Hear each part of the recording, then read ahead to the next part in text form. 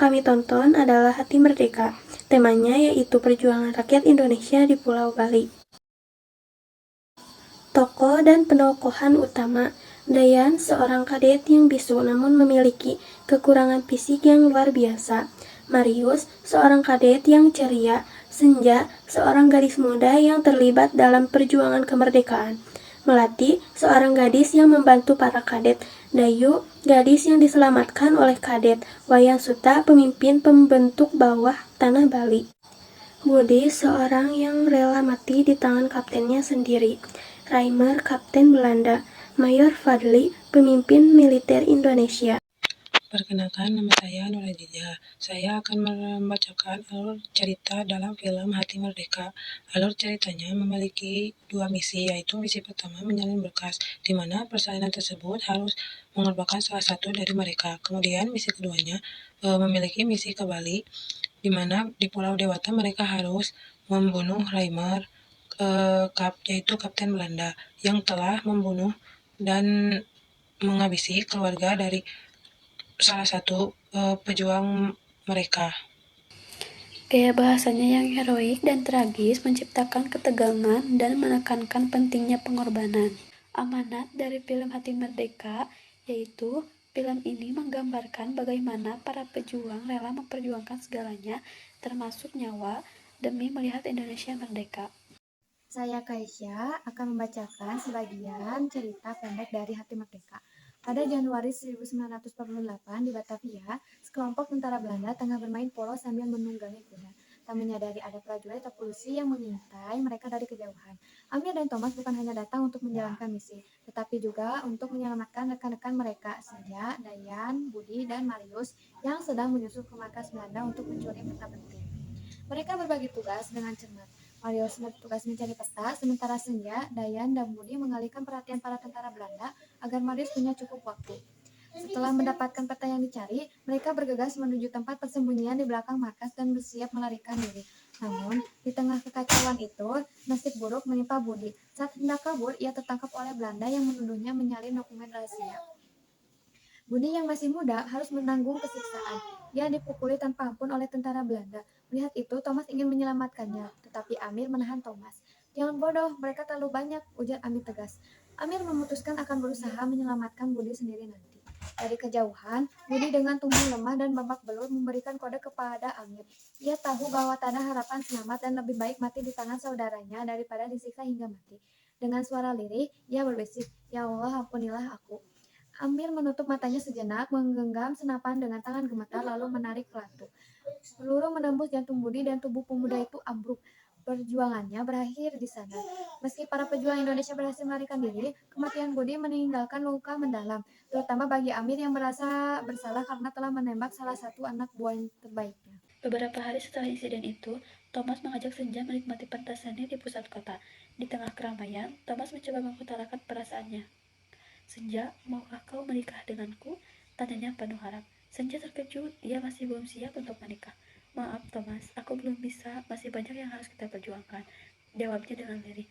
Sementara itu, di sebuah bar, Marius tenggelam dalam alkohol mengenang masa lalunya. Ia teringat saat meminta izin kepada ayahnya untuk bergabung dengan tentara Indonesia. Namun, ayahnya marah, besar, dan melarangnya keras. "Kamu tidak tahu apa-apa tentang revolusi. Kita bergantung pada Belanda untuk hidup," bentaknya. Meski ditentang, Marius bertekad menjadi prajurit Indonesia dan ikut berjuang. Thomas kemudian menyusul Marius di bar, membawa wajah putus asa setelah penolakannya oleh Senja. Ia bercerita tentang kekecewaannya, dan Marius dengan senyum mabuk menawarkan bantuan. "Aku akan tunjukkan cara mendapatkan hati perempuan," katanya sambil menepuk bahu Thomas. Di markas, suasana memanas saat Kapten Sofwan dan anak buahnya mentertawakan Dayan yang bisu. Thomas tak bisa terima temannya dihina begitu saja. Ia membalas dengan mengungkapkan bahwa Sofwan pernah kabur saat pertempuran di Semarang karena takut. Tersinggung, Sofwan melayangkan pukulan dan perkelahian pun pecah. Keesokan harinya, mereka dipanggil Mayor Padil. Ia murka mendengar kejadian itu. Kapten Amir datang meminta maaf atas perilaku anak buahnya. Setelah situasi tenang, Mayor Padil memberikan misi baru, membunuh seorang jenderal Belanda bernama Reimer, yang saat ini berada di Bali. Reimer dikenal sebagai sosok kejam yang pernah membantai keluarga Thomas tanpa balas kasihan. Awalnya, Amir setuju dengan misi itu, Namun, ia kemudian berubah pikiran. Trauma atas kejadian sebelumnya membuat menolak ikut. Misi ini hanya untuk membunuh Raimer, bukan untuk kemerdekaan, katanya. Mayor Padir memperingatkan Amir bahwa menolak perintah atas bisa berujung pada pengadilan militer. Namun, Amir mantap dengan keputusannya. Ia melepaskan pangkatnya dan kembali ke rumah. Istrinya Melati menyambutnya dengan senyuman hangat. Mas, akhirnya kita bisa hidup seperti keluarga sungguhan, ujar Melati. Amir tersenyum, namun mendadak wajahnya berubah bingung. Oh ya, kamar kita yang mana ya? Tanyanya berpura-pura lupa. Melati tertawa dan mereka berdua larut dalam kebahagiaan sejenak. Di markas, Dayan kesulitan menjelaskan strategi penyerangan kepada Thomas menggunakan bahasa isyarat. Thomas tak kunjung mengerti, membuat Dayan frustasi dan pergi dengan kesal. Meski begitu, tim mereka tetap melanjutkan rencana. Mereka menyewa kapal nelayan untuk berlayar ke Bali. Dalam perjalanan, kapal mereka disergap oleh Angkatan Laut Belanda. Ternyata nahkoda dan anak buah kapal itu bersekongkol dengan Belanda dan menjebak mereka. Mereka berhasil melarikan diri dengan berenang ke daratan Bali, meskipun Marius jatuh pingsan akibat mabuk laut dan kelelahan.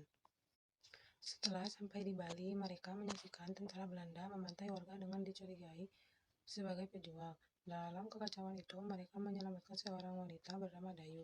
Namun Marius kembali pingsan setelah ditusuk oleh tentara Belanda. Dayu membawa mereka bertemu Wayan Suta, seorang pejuang yang bersembunyi di dalam gua.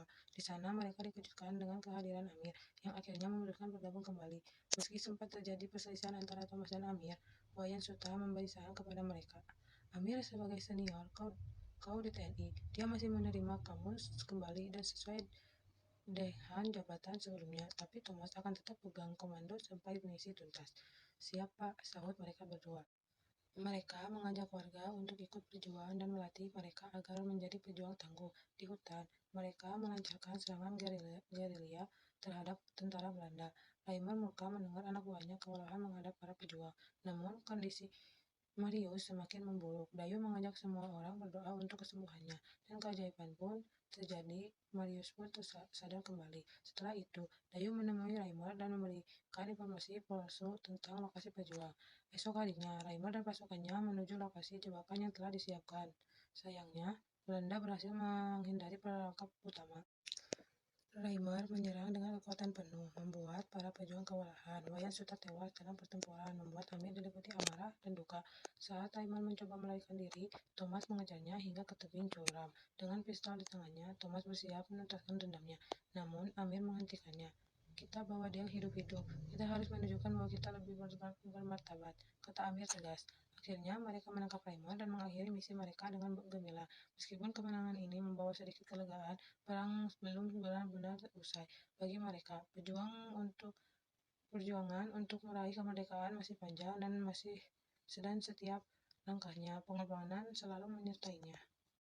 Perkenalkan, nama saya Nurhadijah. Saya akan membacakan alur cerita dalam film Hati Merdeka. Alur ceritanya memiliki dua misi, yaitu misi pertama menyalin berkas, di mana persalinan tersebut harus mengorbankan salah satu dari mereka. Kemudian misi keduanya memiliki misi ke Bali, di mana di Pulau Dewata mereka harus membunuh Raimer, yaitu Kapten Belanda, yang telah membunuh dan menghabisi keluarga dari salah satu pejuang mereka.